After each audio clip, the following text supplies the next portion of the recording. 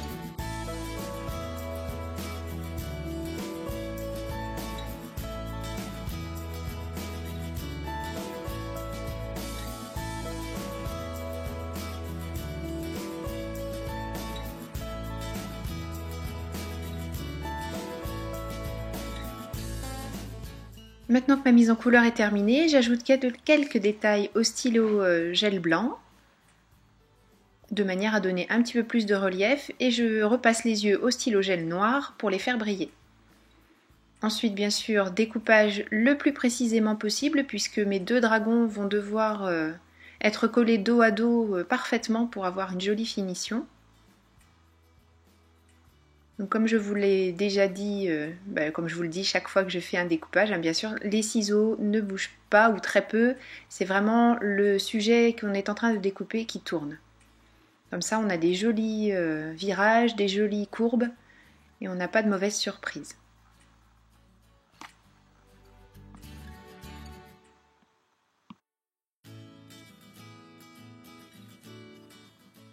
Je vais maintenant préparer ma base de cartes, donc je prends une feuille de Nina Solar White et je découpe ma base de cartes rectangulaire.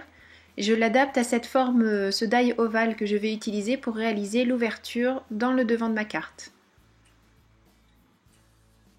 C'est pour ça que je ne vous donne pas de dimension, c'est vraiment en fonction de l'ouverture que vous souhaitez réaliser que vous allez déterminer la largeur et la hauteur de la carte que vous voulez réaliser.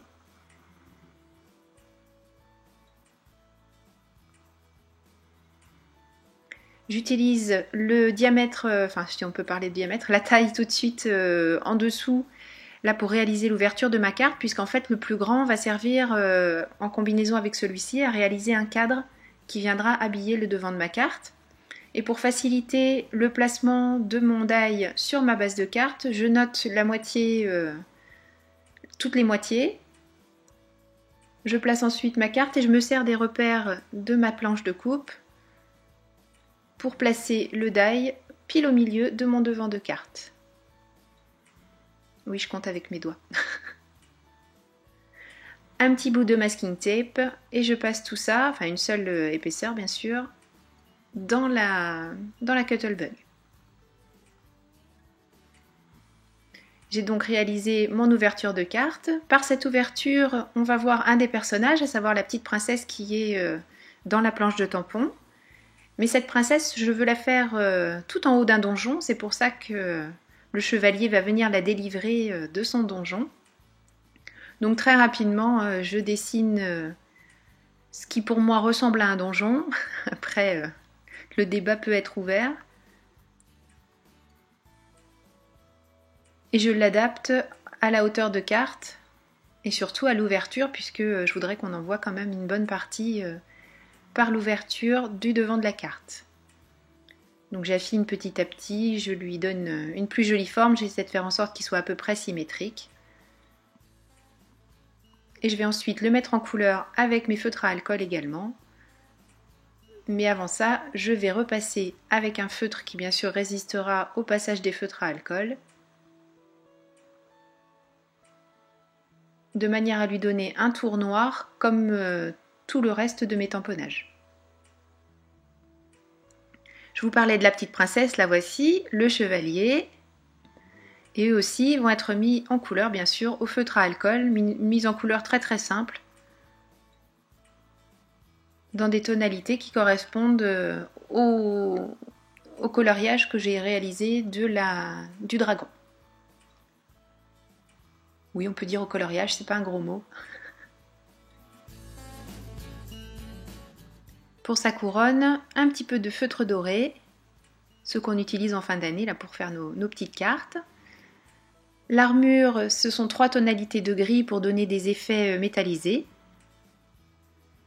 Donc la robe de la princesse est dans les tons roses pour rappeler le dragon et le bouclier du chevalier est dans les tons orange pour rappeler le ventre du dragon, pour éviter de noyer la carte dans trop de couleurs. Parce que je la voulais quand même relativement simple, hein, tout le devant va rester blanc. Sauf le cadre qui va lui être rose pétant. Autour du donjon, donc tout d'abord un aplat de gris, vraiment tout ce qu'il y a de plus simple, hein, en repassant plusieurs fois pour... en fonction de l'évaporation de l'encre, venir masquer un petit peu les coups de crayon. Et puis ensuite, j'essaie de lui donner un aspect rond en rajoutant des ombres. Ici aussi, 3 tonalités de gris différentes que je viens fondre comme je le fais chaque fois. Et puis pour donner un petit peu plus un air réaliste à mon donjon, je vais venir rajouter des effets de petites pierres. Voilà, quelque chose de très très simple, hein. Il ne s'agit pas... de pouvoir lire le nom en bas de la construction de celui qui l'a réalisé, hein. C'est juste donner une idée de. Et je mets ma princesse dans la fenêtre. Je vais maintenant réaliser le ciel qui est autour d'elle. Donc je ne veux pas faire sur toute la surface de ma carte, donc j'ai juste repris la largeur de l'ouverture qui est sur le devant. Et je fais un aplat de bleu. Alors là par contre je ne fais pas attention forcément à ce que ce soit très très lisse puisque dans le ciel il y a des nuages, d'ailleurs j'en rajoute ceux qui sont sur la planche. Donc le but du jeu n'était pas d'avoir quelque chose de super lisse. Et bien sûr des paillettes, mais mon pinceau paillettes Spectrum Noir, j'adore ces paillettes. Je colle le donjon la princesse. Voilà, je vérifie ce que l'on voit par la fenêtre, je découpe ce qui dépasse, je remets un petit coup de crayon noir parce que sinon c'est pas joli. Et je vais réaliser le cadre dont je vous avais parlé, donc je prends un papier rose flashy. Je colle mes 2 die ensemble en faisant en sorte que le tour soit très régulier, donc je l'ai juste fixé avec du scotch. Et je vais maintenant placer mon dragon, donc je mets un dragon de dos. Je vais coller du fil de couture, enfin c'est pas du fil de couture, non, c'est du fil de broderie avec des glue dots en haut et en bas. Je me repère aussi pour vraiment le mettre bien centré. Je mets de l'adhésif double face pour faire coller le petit fil au dos du dragon, de la colle, et je viens placer le dragon qui a été réalisé en effet miroir. C'est bientôt terminé. Je mets maintenant de l'adhésif double face pour faire adhérer mon cercle, enfin mon ovale, pardon, sur le devant de ma carte. Donc je repasse pour bien appuyer avec mon doigt. Comme j'ai placé en courbe, ça fait des petits plis, donc pour éviter que ça se décolle, je repasse avec le doigt. Je coupe la ficelle qui dépasse et j'installe mon cadre. Ben voilà, ça prend tournure hein, et ça fonctionne. Le petit chevalier sur de la mousse adhésive pour donner un petit peu de relief au devant.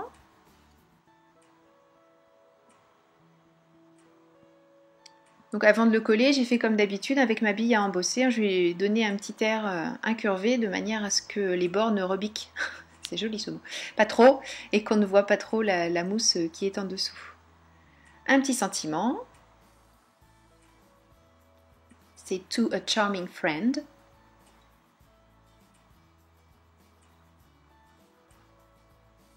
Donc cette fois-ci, j'ai utilisé par contre ma Versafine pour avoir une définition parfaite de mon tampon. Et du coup, j'aurais pu en profiter aussi pour l'embosser. Et je colle mes sequins fétiches en forme de cœur pour finir d'habiller ma petite carte. Vous avez vu, je vous avais promis un pas de shaker card la prochaine fois, mais j'ai pas pu m'empêcher de faire une carte interactive quand même. Mais peut-être qu'un jour je grandirai, peut-être.